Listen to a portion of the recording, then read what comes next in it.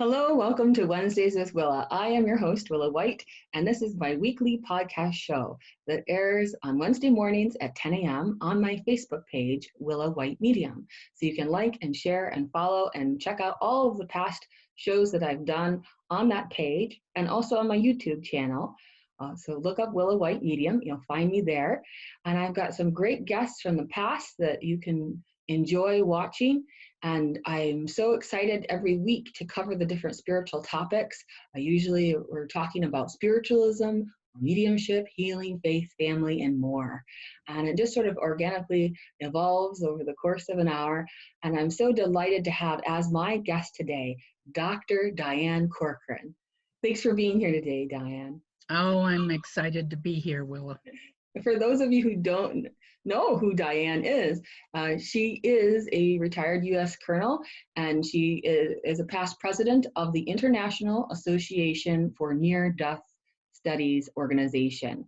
And so she comes well-versed to talk about our topic today, near-death experiences. So Diane, what are near-death experiences? How did you get into this fascinating phenomenon? Tell us more. Well, I got into this a very, very long time ago, and it has laid my journey out for me for the past 50 years or so. I was a very, very young nurse in Vietnam in 1969, so this is pre-Moody, pre-anybody knowing anything about NDEs. And I had a very young soldier, and we were both young, call me over in the middle of the night. And he said to me, I need to tell you something, but you have to promise you'll believe me. And he started telling me about this experience he had when he was shot. And that he felt like his body was coming, spirit was coming out of his body. He saw other spirits around. He went to some strange place, and he felt like he knew what was going to happen to the other soldiers who had been injured. And he went on and described what we now know to be a very typical NDE. At the time, I had no idea what he was talking about. But tears are running down his cheeks, and I'm sitting there holding his hand, and the only thing I knew to do was to say something positive, because this poor young man was just beside himself. And I said, I think this has got to be some kind of a beautiful gift, and you should look into this. And you know, I just kept telling him that I thought it was a good thing. And eventually he stopped crying and he thanked me. And I always wish I had kept his information to find him. But that was my first introduction to NDEs. And I was like, what was that? Because there's, at that time, nothing was written, nobody ever talked about it. But it was like a vaccination for me, because I remember thinking then and thinking when I went home in 1970 that every young person or any person should have somebody to talk to about this, because they're sad, they're excited, they're just in awe and don't know what happened. So I started looking for information. I even did a workshop, and I think back on this, an all-day workshop on NDEs, and there wasn't one thing to write about or look at. I did find an older woman who was a NDEer and used her in my talk, but very interesting. So I have been on this path for a very long time. And over the years, my goals have always been to teach healthcare professionals and providers how to help and support and educate NDEers. And in the last several years, I've really tried to focus on children and veterans or the military, because they live in a different culture, actually both of them, and it's much harder to get support. The children have parents, but if the parents don't pick up on what the kids say immediately, many of these kids will go through life and it can be a little rocky because they're different kinds of kids. And the same with military. They live in a culture where nobody's going to talk about this. They're afraid of, their commanders and people being critical and judgmental. And so it is a dilemma for them. But over the years, I've continued to do the same thing in teaching and supporting. And I now have a web page for military or anybody that can look at it. And I take individual calls. I'm still lecturing and supporting these people. And it's been 50 years now, but although it's more of a household word now, and everybody on television has had a near-death experience, not always portrayed very well, and so I'm still out there doing it.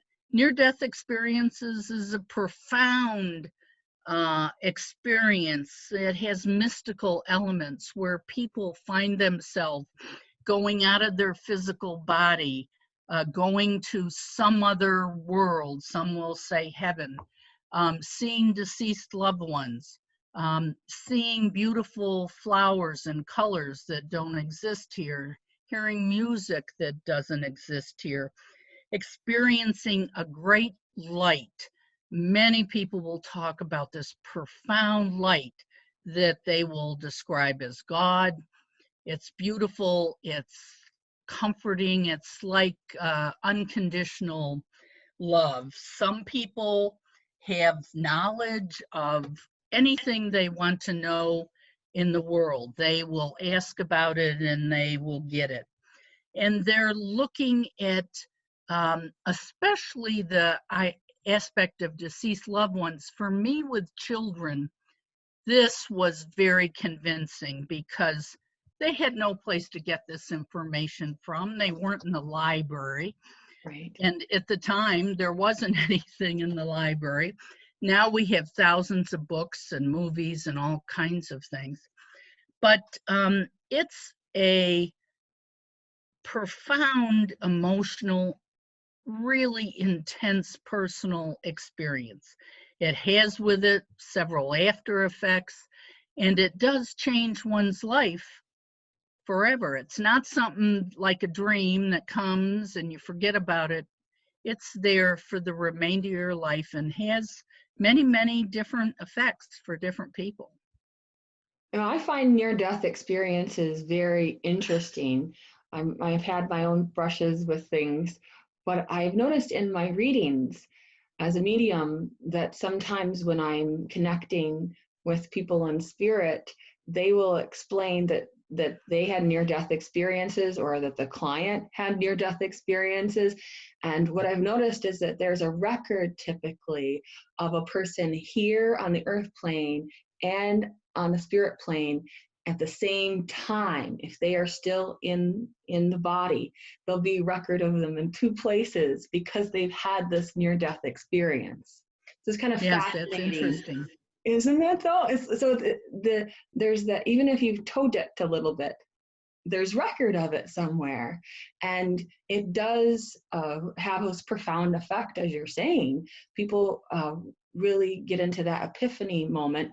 I have met occasions where people have had brushes with death, but that they and have these moments, but they didn't take that in and take it to heart the way some people do. It's almost like it's a missed opportunity, a door into their soul and into their soul's journey that they did not explore. But for the people who do want to explore near-death experiences and really feel that deeper connection with the divine, it is so beautiful what happens in their life afterward.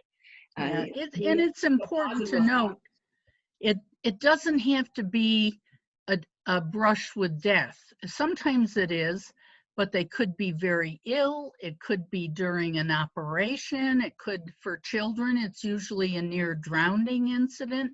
So it can be a lot of different things. It doesn't necessarily have to be where they actually came near death. And I think that's sometimes the media gets that strange, because I've seen programs where they say near-death experiences, and the first one is somebody who had this profound near-death experience, and the second one is about a truck driver who ran over a bridge and almost died, but had no experience about anything. So it is important for us to know that, but it really is an opportunity. And the biggest question I get asked is, why do some people have them and why not others in the same accident or involvement? And we don't know. We just don't know. Maybe some people need this opportunity more than others, but not a question any one of us can answer right now. Maybe you have some insight on that. Well, I think there is that understanding within the soul. So I've always noticed that death is between the individual soul and God. There's that kind of moment that is almost inexplicable that people from spirit have told me about. And then people who have had near-death experiences, sometimes they will have had that connection with it in that way. But there's this kind of deeper resonance within the soul, a preparedness in that moment to really have the realization. And it just shows you that people can have it immediately and spontaneously have that, or sometimes they need to have something that led up to those moments. It depends. Everybody's story is so unique and so special and different. And I'm admiring your background behind you and how it has this kind of portal effect. It does. And so you must have done that on purpose for us today. I did. and then what is this image in just behind your head there with the green? It's kind of a tunnel. It is a depth in looking at a portal or tunnel. Yes. And so many people who have had near-death experiences, as you said, have had that view of the light. The light quality when you are an etheric body is profoundly different from this experience that we have on the earth plane. I've noticed that when I go through the different levels, as far as I've been able to go, there is a light quality that is completely different from what we'd experience here. Yes, I hear that all the time. And apparently, I've heard mothers who have several children and adore them, but say there is no competition with this light. It is total unconditional love and feels like God has his arms around you. And even though they would miss their children, they're ready to walk into the light.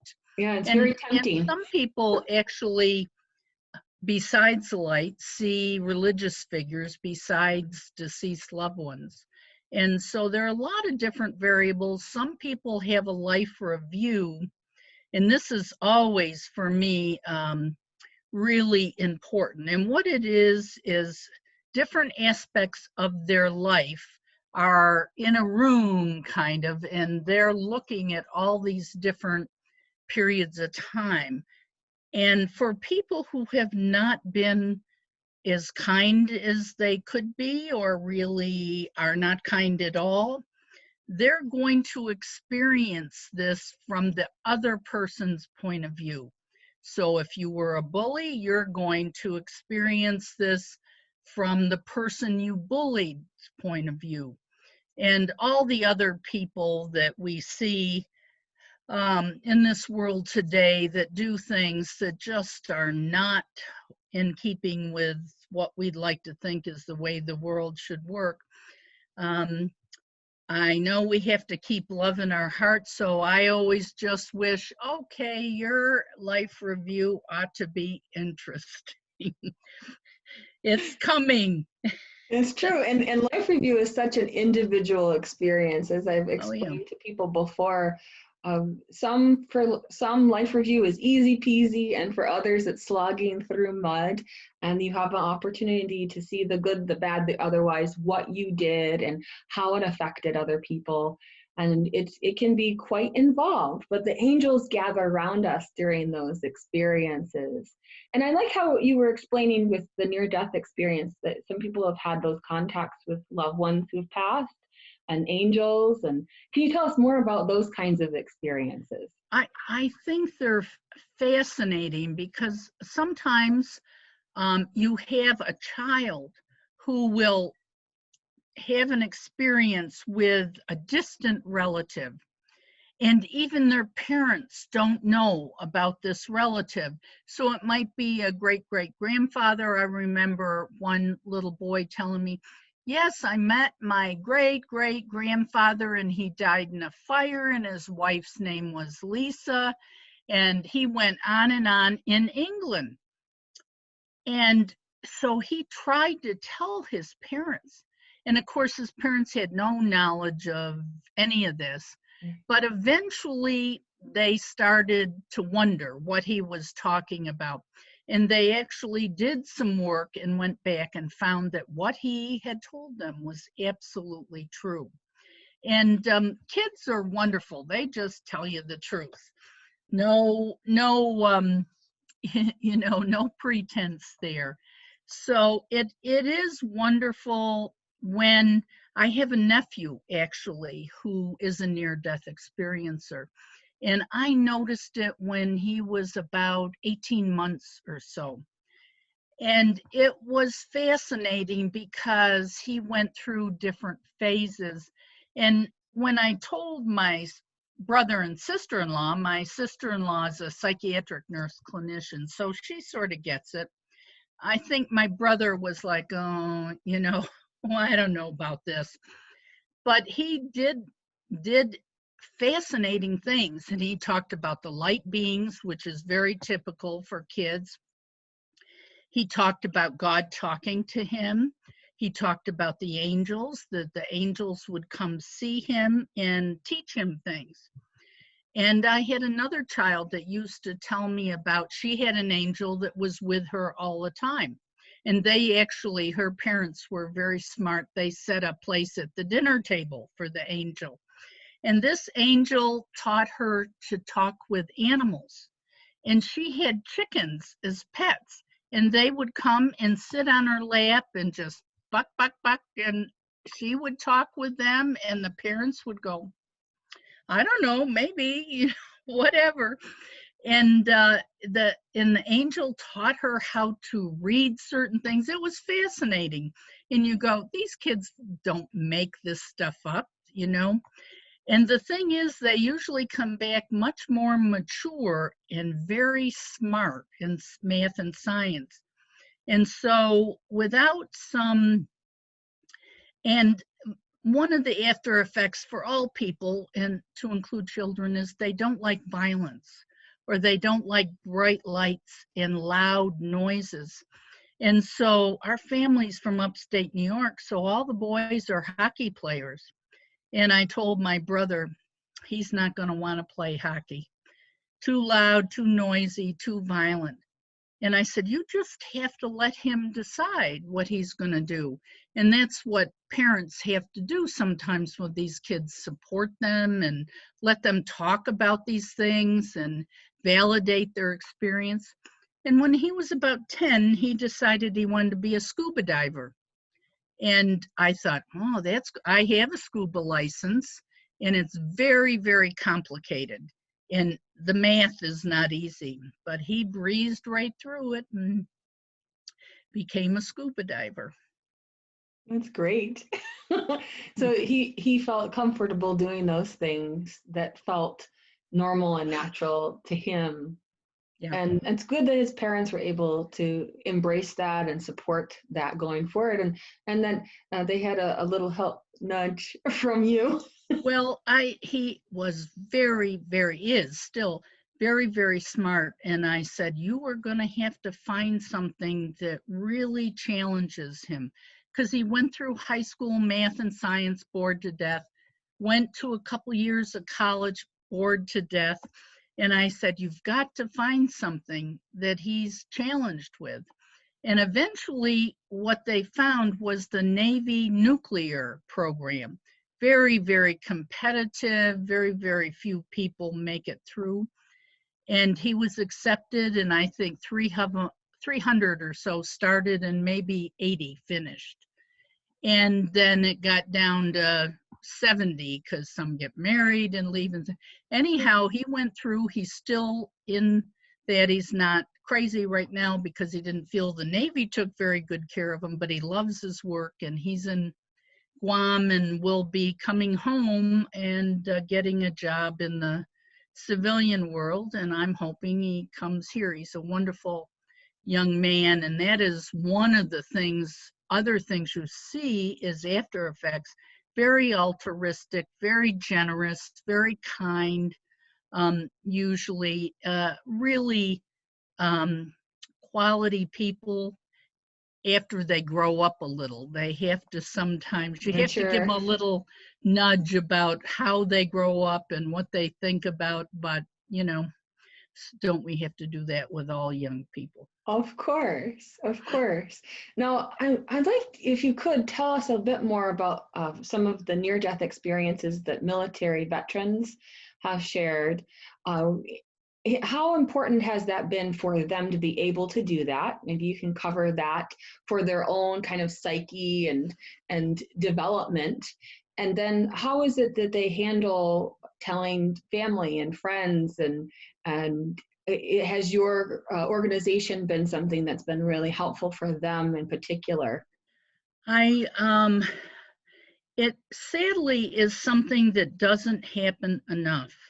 We're just seeing Vietnam veterans now coming out and talking about these things, but we've tried very hard. I, in fact, am looking right now for some Afghanistan vets because I'm going to do a couple of programs at the conference and would like some vets to be with me. They have a hard time talking about it because they're afraid they'll lose their benefits. They're afraid the command won't, they'll lose their security clearance. They're afraid of talking about it because the military is a very different environment. And in fact, it's probably true. It would be considered difficult by some people. And I've seen chaplains turn away and walk right away from a soldier who was trying to tell the chaplain about his experience. His God experience, and he can't tell his chaplain about and it? And so he felt like he was not only kicked out of heaven when he had his experience, but now he was kicked out twice because his chaplain wouldn't even talk to him about it. He had a same experience with somebody in the medical profession. He tried to tell the surgeon that operated on him in Vietnam and didn't want to hear about it. They just, and that's still very true for physicians. They don't know enough about it. They're afraid to listen. And now we have wonderful physicians, Dr. Mary Neal and Eben Alexander and other people who have had these experiences. But even Eben, as a neurosurgeon, he didn't believe in them initially until he had one. So did they believe that this was just a hallucination then? No, they don't know what it is. Okay. What is very interesting is Dr. David Hufford did some research in the VA. And what he found, and I'd always believed it was a very high percent of combat vets that had NDEs, but we had no proof. He found that about 48% of combat vets who were injured had NDEs. That's a huge number of people who have probably never been addressed. And he also asked the doctors, do you think that these people should be able to talk to you or someone about this experience? And all the doctors said yes. Then he asked the doctors what they would do if someone presented themselves with an NDE, and they all said either refer them to psychiatry or give them drugs. And this is horribly what's happening. They end up getting antipsychotic drugs, which put them in a terrible state. Fortunately, many have gotten in touch with us, and we've been able to rectify that situation. I get a lot of emails on my webpage about experiences they had, and they're not sure what they had. And, you know, it's pretty typical NDE, but they don't know. And they're So, having some of the after effects, so they're really confused. so are they, in your opinion, in need of spiritual counseling rather than all of those other things that are Oh, being given to them? And that yeah. spiritual counseling, if they could just talk to somebody who understood spiritual experiences and having divine connections, that would help to settle their energy and smooth things That's out. And all they need is some validation. Yes, this was a real experience. Yes, this is some of the things. These are some of the things that happen afterward. Education, support, and validation are the three things. Listen, listen, listen. They don't need drugs. They don't need interpretation. They don't need therapy. I mean, if you were crazy before you had the experience, you might still be crazy. But, you know, they need support and spiritual guidance. And that's unfortunate that sometimes they can't get that. so the International Association of Near-Death Studies, you're doing studies, you're collecting data about people's experiences, would you say? We Or, have a database okay. where we collect people's experiences. We have several members who do research outside of IANDS, but we try to distribute it. We have a professional peer-reviewed journal that publishes research studies, and we also have a newsletter that has an NDE and different aspects of it. And so that is really what we're trying to do as much as we can with research. We would love to have, there's all kinds of research studies that could be done, but of Mhm. course it takes money, and right now research money is short for everybody, and Sure. So what kind NDEs, of research do you want done? If you could just ideally ask, what would that research be? Well, I'd like to look at the after effects and see if there's any correlation with different kinds of people, different cultures, different aspects, different religions. We know that people of all religions or no religion at all have these experiences. So it'd be nice to look at them and say, well, what are the differences between them, if any, maybe not. And I think we know it's kind of even, men and women that have them. And so I think there's more intricacies that we could look at. And we also could demonstrate that the healing can come from just validation, support, and education.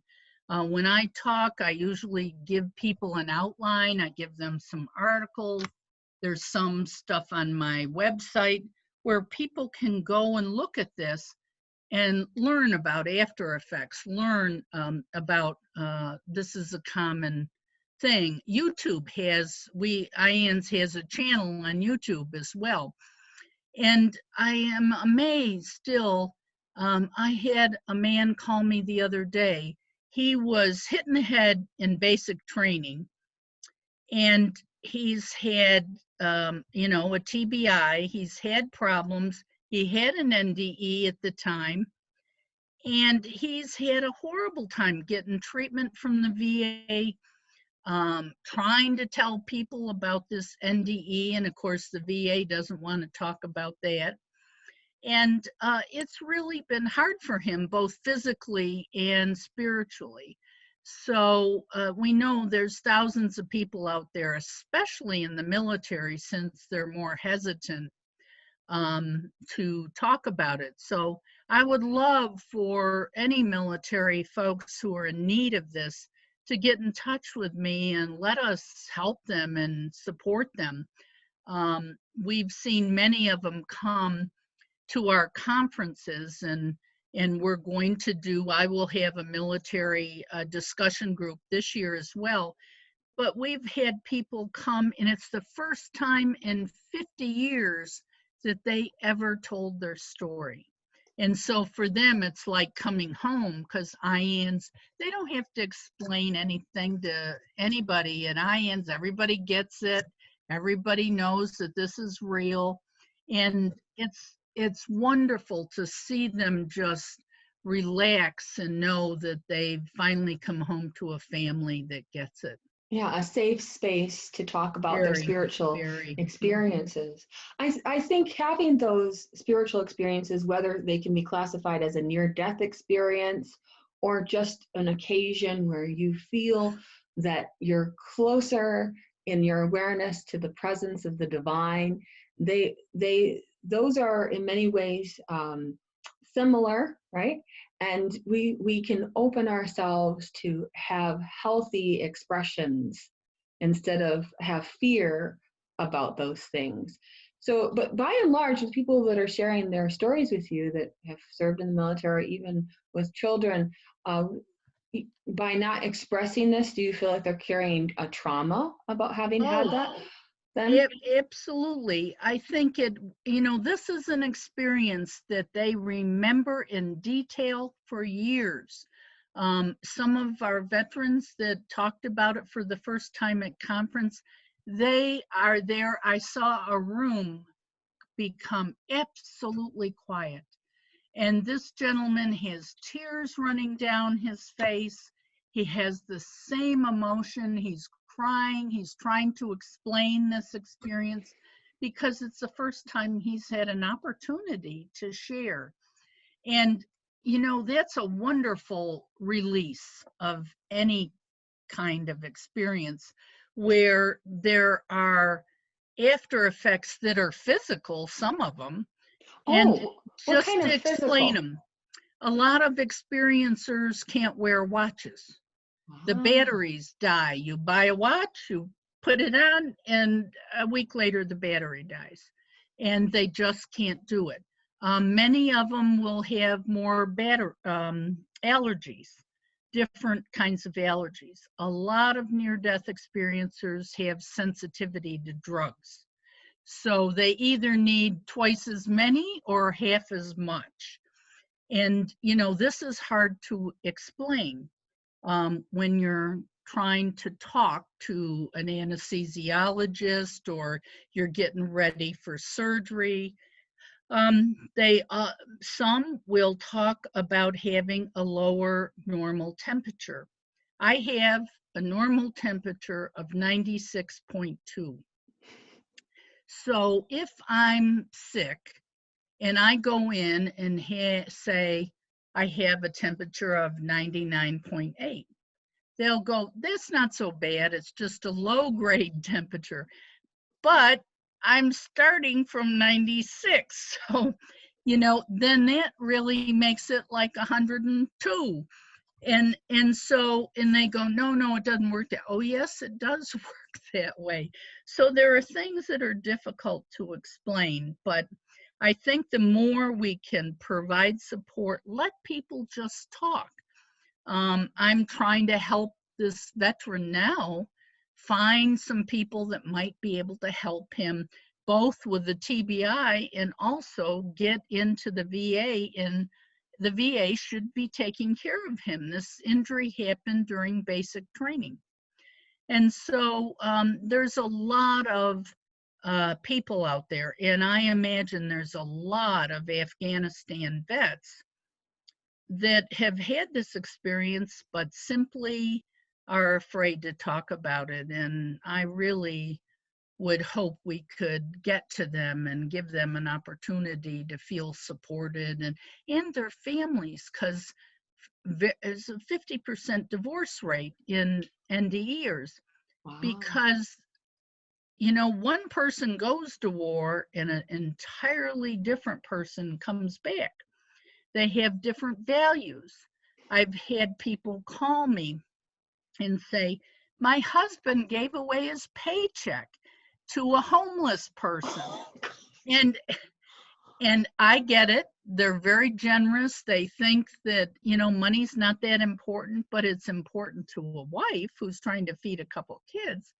And there are a lot of things like that they have to try to get around. Even very famous families. When I lived in Texas, this gentleman called me, and he's from a very, very famous potato chip company. And he said, my family thinks I'm nuts because he used to be a high-end stockbroker, and now he likes to go to the beach. He likes to write poetry. He likes to help people. And they're going, what's with him?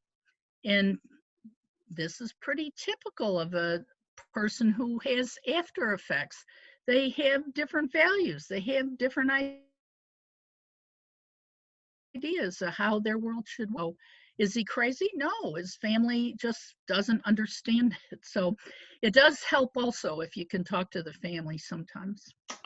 So they almost need a family counseling about near-death experiences so that they can all relate better. As long as they can get somebody who really understands them. The sad thing is we see therapists that sometimes don't really understand NDEs, and you really need to know it and understand it to be able to help and support. IANDS has a sister organization called Assist, and they have trained therapists that are trained specifically in about near-death experience and other spiritual experiences. So they're also very helpful if you're looking for somebody who might need some therapy, not just a little more support than usual, maybe. And that would be open to anybody who had a near-death experience. Sure. Yeah. So they would have that as a resource. So those of you who are tuning in today to watch the show, from what Diane's sharing with us, that there are resources for you. And it sounds like your organization really is making efforts and making strides to assist people who are needing this kind of, as you said, an affirmation of their experience and an understanding of it on a deeper level. Because sometimes when you've had a spiritual experience and it's ineffable means it's hard to find words to express what just happened. Yeah, that's a characteristic of NDEs, very much. And so sometimes just starting the words, and it might be a process for some to be able to tell the story a couple different times to work through that. Now, just out of curiosity, how often would you say it happens where someone who has had a near-death experience has another one? Well, it's not infrequent. I know a couple of people, PMH Atwater, who has written the most books about NDEs. She is the first resource I go to because she's written about children, she's written about general NDEs, she's written about after effects, but she had three NDEs in the same general medical episode. So people do have more than ones. Mm-hmm. And some of the after effects, I think, are really interesting. Although there's not a direct correlation, many people are gifted spiritually after an NDE. We have some mediums. We have some people who just live and see spirits all the time and think it's part of their natural household. We have people that are gifted in other ways. And so that also becomes an additional burden if you haven't really integrated the NDE into your life, because then you're wondering about, oh my God, what is this about? And Yes, it's And like being given supernatural abilities and you don't know what to do. yeah, and some people are So, afraid of them. I had one gal that says, "No, I don't want to know about it. I don't want to do it. I'm not going to learn about." I go, "Okay," but they're all in healing. We have a lot of healers that are NDEers, so there's all different kinds of special gifts people get. Some people, not everybody, secondary to their NDE. Those would be wonderful studies to do, to look at yeah. the different aspects or after effects, especially the healing or spiritual mediumship, and understand about it. I had a friend who was an NDEer, and she was the Native American, she was Irish and Italian, but a Native American tribe had made her the spiritual leader and the healing person for their tribe. And I spent a week with them, and she did nothing but in this tribe, they had a huge room and they put a bed in the middle, and people from the tribe just kept coming in, and she did healing all week. And they would give her a little bit of tobacco or a bracelet or something. And I mean, it was beautiful. And in the Native American culture, you can be adopted into the tribe and have the same um, uh, privileges. Yeah. Like she carried eagle feathers. It's illegal to carry eagle feathers if you're not a Native American. And it was wonderful to watch her. And she did, I had used her on a couple of occasions when I was in a lot of trouble physically. And I mean, it was amazing. And somebody said, "Well, how does it work?" I said, "I have no idea how it works. It's some kind of special connection with the divine, and they work it out." But there are some miraculous people out there that do very interesting things. We've always tried to keep NDEs the focus at IANDS, Hmm. but I did invite one of the first mediums to speak at IANDS because I think, especially for children, very hard to lose a child and just think that's it. And if you could have a connection with that child on the other side, the healing is tremendously different. I know for myself, when I've lost people, then I would look at, I could just, if they were really sick or incapacitated, then I just picture them dancing and happy, they're healthy on the other side. They don't have all these ailments. And you have to be happy for that. Absolutely. And It's for children. it's one of the things that helps us as spiritualists to know what we know and believe what we believe. It really is so life affirming, and it gentles a lot of the harsher thoughts Well, that a like person could have. I think that's I've spoken at a lot of retirement centers, and they really want to know what it's like to die. That's their, what is this going to be like? Because so many people just think you go in the dirt, you go in a black hole, and that's it. And I'm going, no, no, no, it's not like that.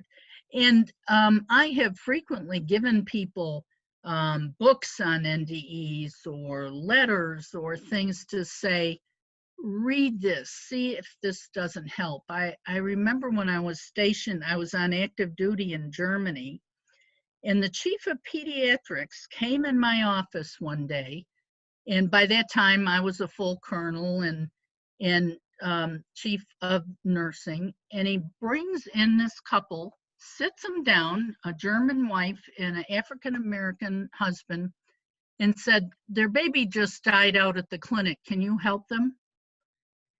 And I'm like, "What do you mean their baby just died?"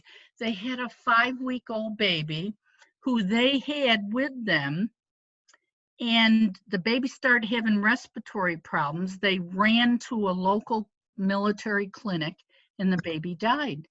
And they just, nothing.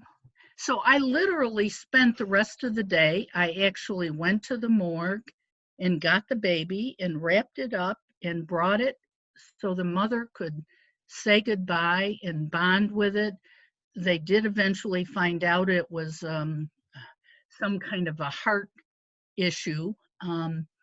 But, you've got to do things to let people especially with a baby, and I did talk about the near-death experience and spent being another year with them, and they eventually had another baby, and all things were good. But, it's very hard to lose a baby and try to understand.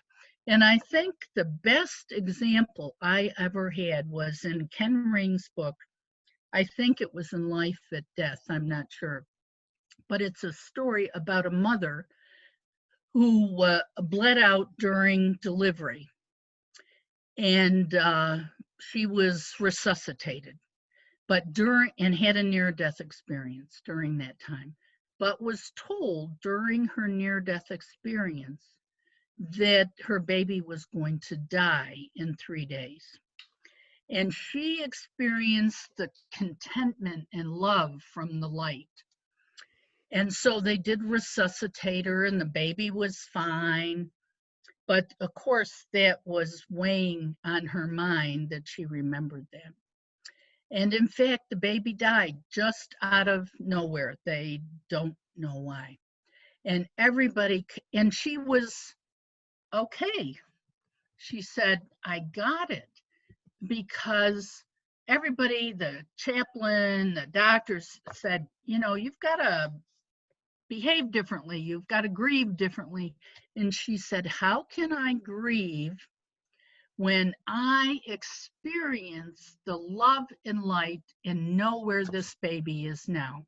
There had to be a reason why God needed that baby. And the baby will be fine because it's surrounded by love. And, nobody understood her. And I thought, I could get that. I see that. And if only everybody could feel that when they lose a baby, or anyone for that matter, because it gives you a very different perspective of what it's like to die. Absolutely. That embrace with the divine is not a scary thing. Yeah. And to have that advanced knowledge was there so that she could be stronger in the moment. Right. And yet got criticism for, her understanding it. But I've always thought of that example because I thought that makes perfect sense. To have that sense of peace is so important. And yeah. I'm glad that she had that experience. I think that with NDEers, that they sometimes get into that place of needing to understand, but that they also get into a state of peace. They kind of remember what that state of peace was like. Yeah. Now, real quickly, in terms of NDE, in your experience and talking to all these people over all these years, when they have had these experiences, have they felt that there has been a chemical change or shift in their body that allows them to do that higher vibrational work? Because I've noticed that when people are studying. Mm-hmm. And an electrical change. That's why with the watches, and sometimes people have trouble with computers and other kinds of electrical things. Their TVs go on and off, or their computers shut down for no reason. We had a conference in Georgetown years ago, and the entire hotel computer system went down. And we had about 400 experiencers there. And we're all looking around like, we don't know what happened.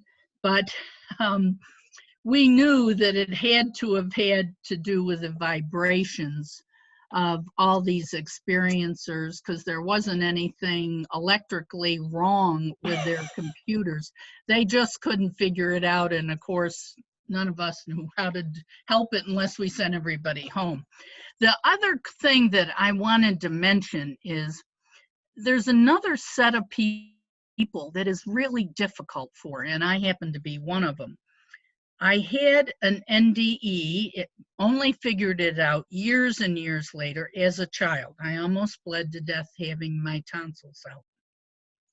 And I remember all the clinical stuff, or some of it, that happened. I was about 4, but I have no memory of a near-death experience. So as I grew up, some of the things that are basic after effects, I just thought everybody was like that. And so having an experience and not remembering the experience can be difficult, because you're going to still have the after effects, but you have nothing to tie it back to. And so what I've told people is you kind of have to work it backwards. If you have all these after effects, then look, did you have a clinical incident? Were you in an accident, an operation, ill? And if you had a clinical incident and then went on to have, then you probably had this experience. And, there might be ways, mediumship might be one, past life regression might be another, to try to come back to that period of time to validate it. I think a lot of people might not need that, but they should know that it's okay that you don't remember the actual experience. I do think that makes it a little more difficult for people, because they've got all these other strange after effects and think, what's this about? So that's another group of people that need extra support. And Yeah, I'm glad you mentioned about that too, because it's very possible that some of the viewers have had that and now are clued in to what they may have experienced. It's been such a great topic to have you come and share about. If there's anything else you want to recap for people about near-death experiences. I just want people to know that it's really important to reach out. There are people that are surrounding you that have had them that just haven't talked about them. I was invited in North Dakota once to do a community center talk, and they usually got 30, 40 people about blood pressure or something else. We had 250 people. Mothers and daughters ended up coming. Both of them were experiencers, and neither one of them knew it because they hadn't talked to each other. And now people say, well, can you find an experiencer for me to talk to? And I said, you can, in your own office or family, if you just talk about it and say, I heard this interesting talk the other day, there are people there that you can talk to. You just don't know it. You're always welcome to call me or other people. And from my website, I do have a website. It's called Corcoran Consulting -NDE.com. And you can write to me from there. You can call me from there. And you can write your experience. We always love to see people's experiences, and try to help people just get comfortable with it. It has certain characteristics, about 15 characteristics that are universal around the world. And it can happen to any religion or atheist or agnostic. And then there are certain after effects that you could have 1 or 2. Same with the characteristics. You don't need to have all 15. You might have 5 or 2. Doesn't mean you didn't have a valid near-death experience. And so I want people to know that IANDS is a family for near-death experiences. You can always write to me through IANDS. Joining IANDS is always a good idea, only because you get the newsletter, so you're kept up to date. Our conference will be the second week in August. It'll be a virtual conference. And this is the first time we put on a virtual conference, so it's going to be exciting. And I'll be doing 2 or 3 things, one with nurses and a couple things with the military. And we always want military people to feel free to get in touch with us and let us help you just validate your experience. Since I am retired military, I know what combat's like, I know what the military's like, and that does help people because they're usually not wanting to share with a civilian, so to speak. So we get that, and we're very happy to do that. I want you to know that it's a very normal experience, important for you to listen to your children.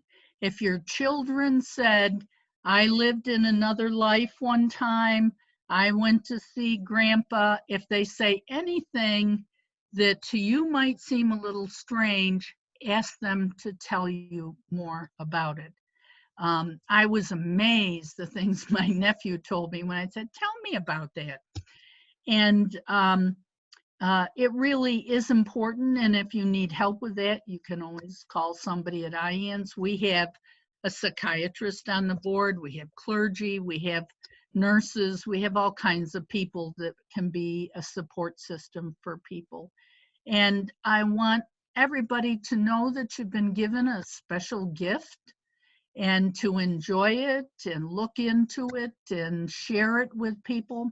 And the after effects, I've always thought, make people generally more loving. It's all about love, about caring, more altruistic. And I thought if we could only free all the experiencers in the world to hold hands and put a circle around some of the things we have difficulty with and say, look it, we're here. It's about love. It's not about hate. It's not about separating people. And we have a different view on life. And I think that's so important. And it's so important for us to help people understand that and not let them feel like they're strange or different. And IANDS is a home for NDEers and other related spiritual experiences, and we're always happy to help. Beautiful. I really appreciate you sharing about all of that. And people can get excited about your virtual conference that second weekend of August, you said, Yes. right? Mm-hmm. And so I will be posting the website for IANDS with this so people can utilize you and the resources that are there to really expand their knowledge and to become more comfortable with their near-death experience. And as you said, find a bit of a safe space for that exploration. So Yeah, it's really beautiful.